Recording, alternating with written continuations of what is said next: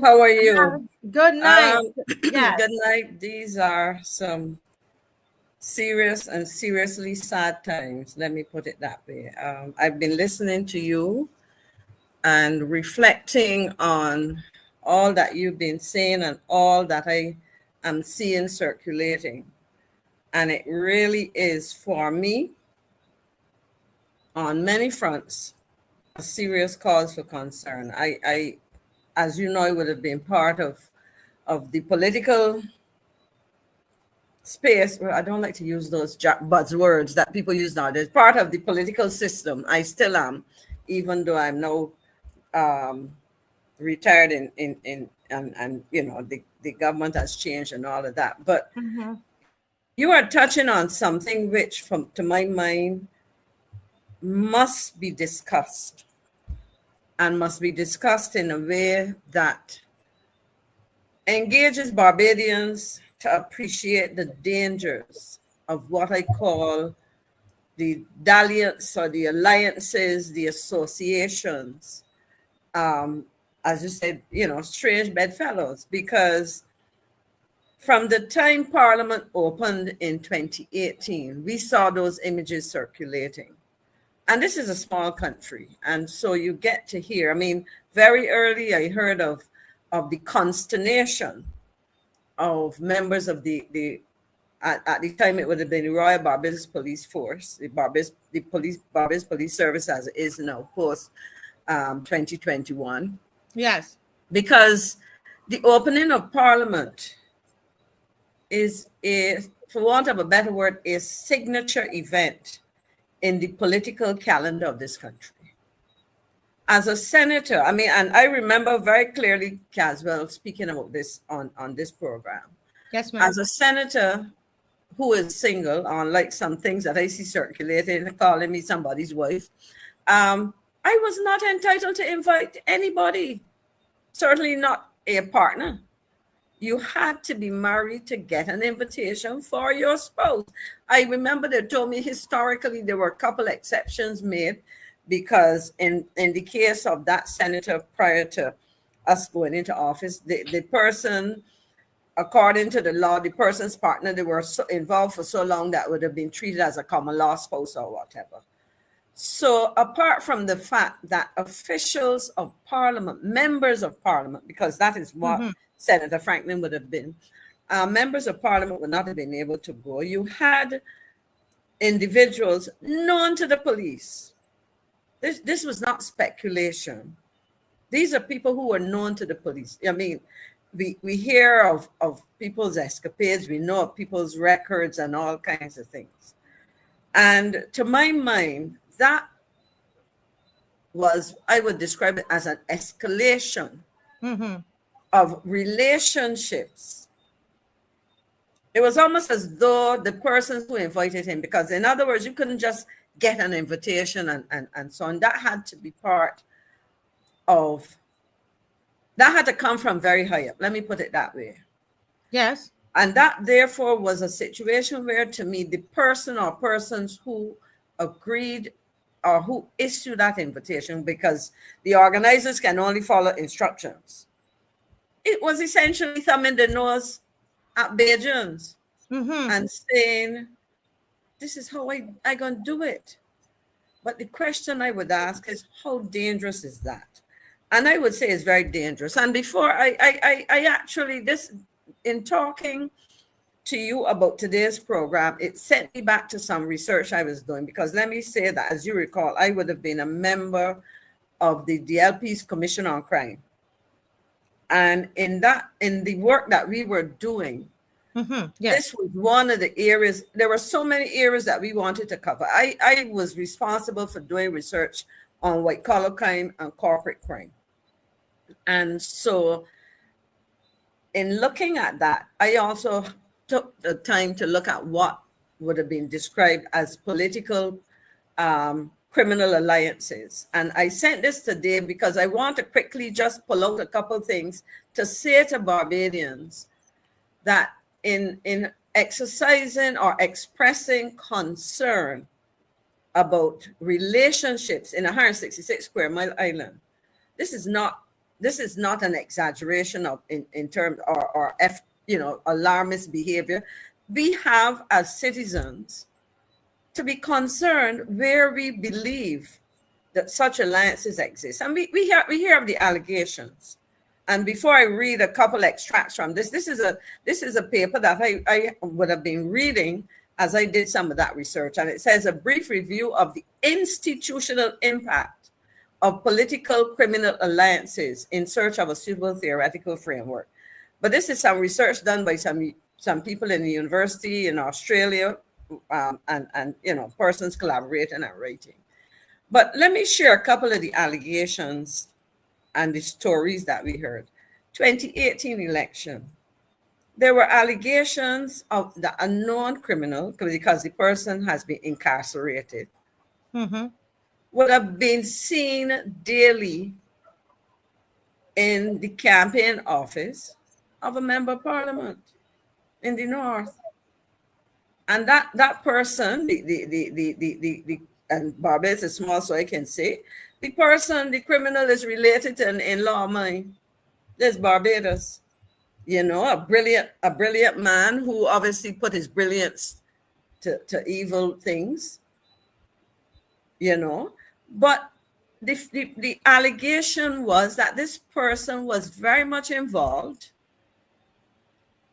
in the process of getting people to vote. The allegation was that there was intimidation. Let me put it like that. Allegations. And when I go through a couple of paragraphs that I extracted from this article, you would understand why it is a concern, especially in small places. So there are allegations of involvement in the election campaign in a way that had never been seen before. That was the description I got. Yes. We also know of what was reported in relation during COVID in Deacon's Road, where somebody said that they had the Prime Minister, the allegation was that they had the Prime Minister on speed dial. And if you pick up the phone, according to what was alleged, the police were given instructions. What is the consequence of that? You are diminishing the authority of the police. So my concern, therefore, is that when you if such alliances, and I use the term that is used in the article, a political criminal alliance. If such alliances exist, there are serious actual and potential consequences for a country, especially when it's small like this. We can look around South and Central America, look at places like Colombia. You mentioned Dodos Coke in Jamaica. I have an article here which is called Garrison Communities as Counter Societies, the case of the 1998 Zeke's riot in Jamaica. And then you mentioned that. So my worry is that when these things happen and you introduce I will use the word criminal elements into what is supposed to be public business, in this case, political matters, electioneering, and so on, you run the risk of what I would call letting loose on the community forces that you cannot pull back. I saw that clip over and over. People send it over and over again. You Barbadians, good and bad, you have to interact with them. Yes. But I would say to the Prime Minister of Barbados, for you to associate with people and take a salute and somebody call you the general and you think that is cool. No, it's not cool. Because you are legitimizing those people. You are sending messages to our children. We talk about a ZR culture and bad behavior and so on. But think about it, a youngster who lives in a community where certain individuals are known and their parents are saying to them, I don't want you to be like John Brown or Mary Smith here because they are doing things that are wrong. But then little Jane or Joe sees that and says, but mommy or daddy, why is it the Prime Minister of Barbados smiling up and hugging up and taking salute and accepting the title general? And that is, so if the Prime Minister is doing that, why can't I aspire to be like that? I want to be close to the Prime Minister of Barbados too. You know, and this is not trivia. This is serious. This is serious. You know, this is serious. I am not saying I grew up in Black Rock, where I grew up close to the good, the bad, and the indifferent. I always spoke to people, but you know what? There was a respect that was extended, you know, but there was no crossing of certain lines. That's the way I would describe it. So what are the consequences of this?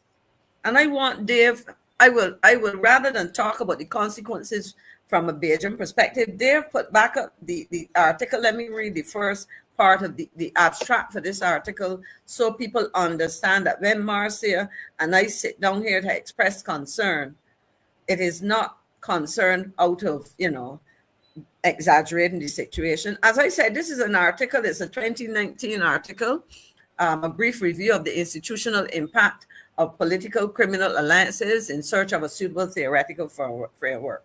And the abstract reads as follows: criminal organizations, and I would also say individuals, are capable to make, well, the person was not an English speaker, but I decided capable, I'm just reading it as it comes from the article, are capable to make political connections with public servants at different levels. And I would hazard a guess to say that the political directorate, which means your cabinet, your parliamentary group, your opposition, and whoever, these are, to my mind, once you're elected member of parliament, you're a public servant because you're there to serve our interests. So there's the career civil servant, and then I call it the broader public servant. This article provides a review of the literature on the power of the political criminal alliances, and this is important, to affect the democratic institutions of the state. It also seeks to provide a theoretical framework appropriate to evaluate the impact level that the partnering between criminals and public servants has on the state scaffolding. And it goes on to say the academic work by some experts in criminology have examined the different political impacts such alliances imply, which includes problems associated with the decay of the criminal judicial system and the creation of impunity umbrellas. Let me break this down in some simple words, starting at the bottom. The creation of impunity umbrellas. Remember the call where a police is saying to you, you're breaking the law, and the person is big and bold, say, well, I don't mind you, officer. I can speed dial the head honcho. That's about creating an impunity umbrella. So in other words, I am protected by my connection. You understand? I am protected by my connection. And then, which includes problems associated with the decay of the criminal judicial system. What happens when, I mean, the law, the judicial system is supposed to be independent, but at the same time, a judge or a magistrate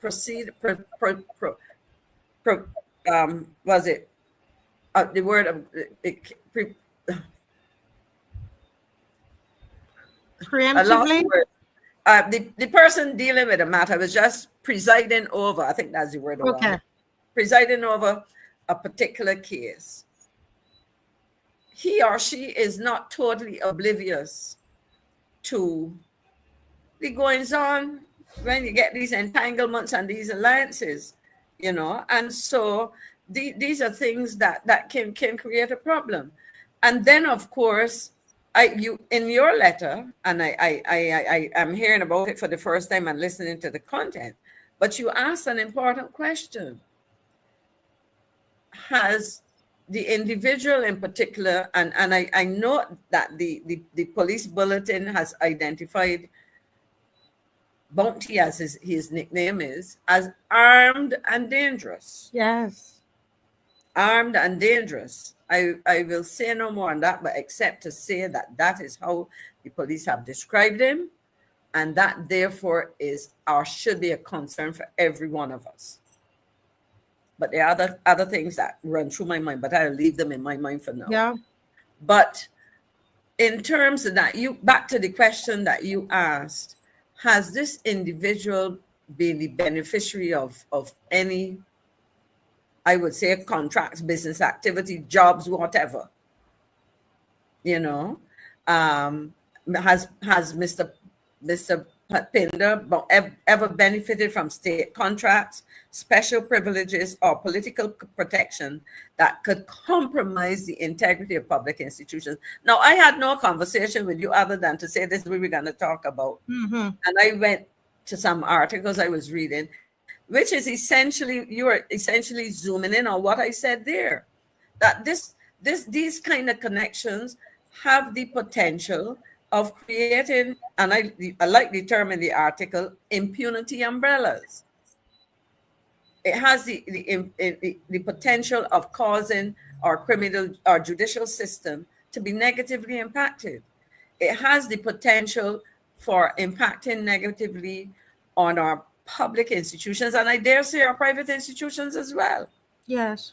You know, because a lot of private companies in Barbados exist on the basis of government contracts.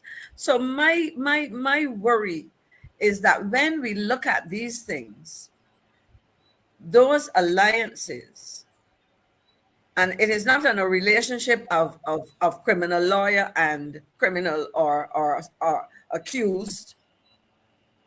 This is people socializing and relishing in being labeled general, you know, and establishing that these people seem to have priority over other citizens. And I wouldn't even say ordinary citizens in the case of an invitation, because ordinary citizens by and large don't get invitations, maybe a handful to state events of the type of opening of Parliament. Who you have in Parliament are diplomats, head of state, the judiciary, the what you call it now, Privy Council, the local Privy Council, and all kinds of things. In other words, as the young people say, all the big ups and the high and mighty and so on. So for me, Marcia, and I think that if Dave, I will read another section of this, because I think it goes on the article. I just filled out a couple of paragraphs, the political scope of organized crime, because you see, a criminal enterprise or organized crime, we hear about gangs in Barbados, and therefore, if there are gangs and the police service, we have heard that reference. So I consider the extent to which gangs are organized and established, that we have organized crime. And we also have heard, and I mean, there are several allegations. I have happened to sit in places where concerns would have been expressed about not only domestic organized crime, but crimes that extend across the borders of individual jurisdictions within the region and so on. So a criminal enterprise or organized crime can be defined as a group of individuals that operate outside the law and engage in criminal activity. So that's a simple definition. So the reality is that we have these things happening. And so in essence, we almost can anticipate and extrapolate from what we see, that by associating with certain individuals, certain members, and in this case, I will ask the question of the Prime Minister, having reflected on those photographs that people have been circulating over and over again, do you think that you are in fact finding yourself engaging or fraternizing with, socializing with, beyond what I would consider the essentials of a politician engaging with citizens? Do you think that you find that you have been fraternizing with members of some organized criminal groups? You know, and I will read, having asked, I would go on and read the question. Criminologists are aware of the continuous manifestation of political criminal alliances around the world, in which criminals co-opt domestic public officials. Now, this is in relation to the study, but I'll just read it as it is. However, there has been a lack of attention by criminologists to the political strategies of criminal organizations that account for high levels of criminal violence. So we haven't had a chance to study this phenomenon in Barbados or the region in a way that perhaps we need to. But these things, and it's also not easy to study, let me put it that way. One researcher, Godson, noted that criminal organizations have the potential, and this is important to note, within the context of Barbados and CARICOM and its proximity to South and Central America, etc. He noted that criminal organizations have the potential to operate and exert political influence across borders. The causes, for example, criminals being willing to give money to politicians in exchange for protection from law enforcement, and challenges, for example, the difficulty of conducting official investigations due to bribery of public officials, of domestic and transnational political criminal alliances are widely acknowledged in the literature. Captured in this paragraph is the fact, what I'm really highlighting is that as we think about this, we have to think beyond the situation of an individual.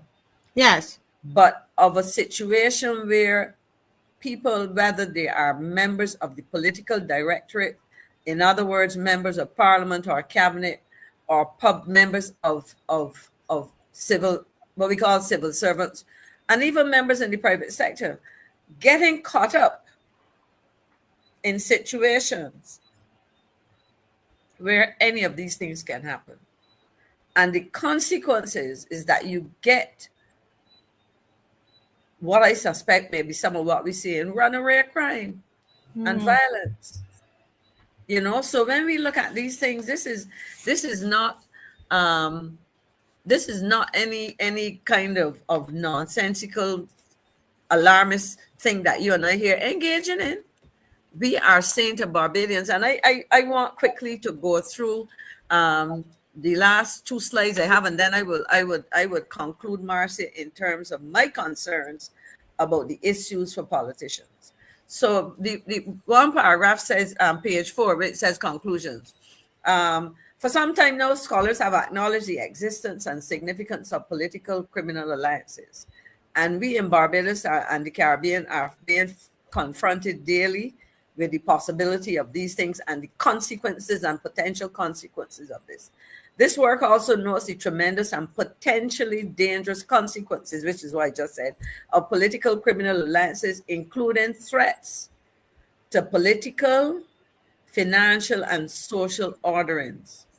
Political criminal alliances can, and most commonly are, domestic, where criminal groups collaborate with public officials within the confines of a particular country or territory. Increasingly, however, and this is something for us in CARICOM to think about, increasingly, however, political criminal alliances can also be transnational when such groups connect across borders with public officials extraterritorially. And the last one says, the reasons why such alliances take place are various.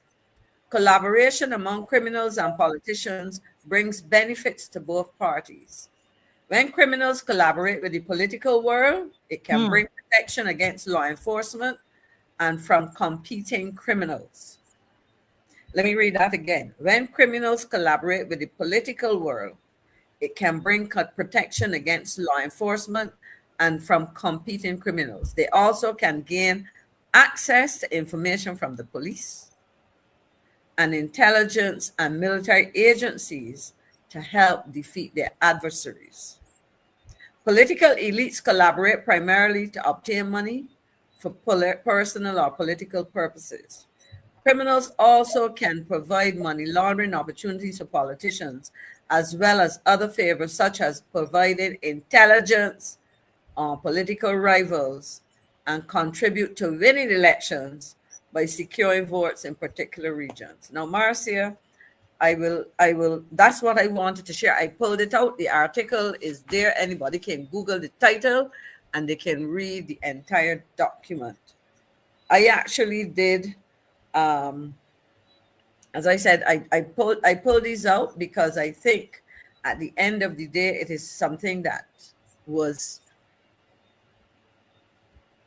attracted my attention as I was doing the work, as I said, as party member of the Commission on Crime, and I thought it relevant to share that. But I also want to end by sounding a caution, Marcia. And I bring it now away from the individual to what I consider to be a criminal act on the part of politicians. And I remember, I will use an example. I remember one morning I broke my rule because I tell people when to see me at the beach, they don't come and talk to me about politics. But a hardcore supporter of my party, a gentleman who grew up in me from my childhood in Black Rock, was talking to me and complaining that we in the Democratic Labour Party need to understand that you have to have money to win an election. And he and I had a long argument. And it is not only a philosophical, for me, it's a moral argument. And I said to him, we have as a country to stop that. Because at the end of the day, I said to him, from a strict numbers and forget the ethical and so on, it will be hard for the DLP, as I was talking to him about our party, he being a member, to even be able to raise the kind of funds that we see spent by the Barbados Labour Party, especially in the last 3 elections. I said, outside of that, that is not my concern. My position is this. We have, as a party and as a political system, or I should say as parties, because I believe it should be a stance taken by all, that we have to stop this nonsense of buying people's votes. Because at the end of the day, it is morally wrong. It is to my mind disrespecting the very people that you pay and saying to that person you are of absolutely no value. Maybe $300 to what is that? And so I really think that, and these things can escalate into a whole set of other things. And I think the time has come when we look at the exponential surge in crime around this country to take stock of how these things are connected. There are not disparate things happening. These are very connected things. We are sending the wrong messages. A lot of us become very hypocritical. And so, I mean, I won't refer to politicians, but Barbados is small. You know, we can on the wrong hand be saying that we are God's children, and then we go during the Sunday, and then we go on an election day and sit and tell the world now what you see is not what you saw, but you are out there facilitating the payment of money and all kinds of things. My personal position is, I mean, I never was interested in elective politics, and that was known to the gentleman who asked me in the first instance, Mr. David Thompson, may he rest in peace. But I told him I was not interested. But I would say to anybody, if that was what I had to do to win a seat, keep your seat. And I say that from my heart and with all sincerity. And the person who knows my heart and my head as to whether I try to tell is the Lord. And I say, I would have to lose because I do not subscribe to that. And I think it is time that Barbadians take stock as individuals that a $500, $300 of whatever it is they give you will only serve very literally moments. And what you are doing is diminishing your self-worth, your decency and everything. And I think that we have, as a country, and it will not happen by rules, laws, you can pass laws and whatever. It has to come from you looking at your moral compass and saying, this is not who I am. Yes. And I will never be that person. Because we are seeing, Marcia, I am very serious, the consequences of this. And it is destroying people. And the people who do it and then walk around and wipe their faces and say, all kinds of things when people criticize it.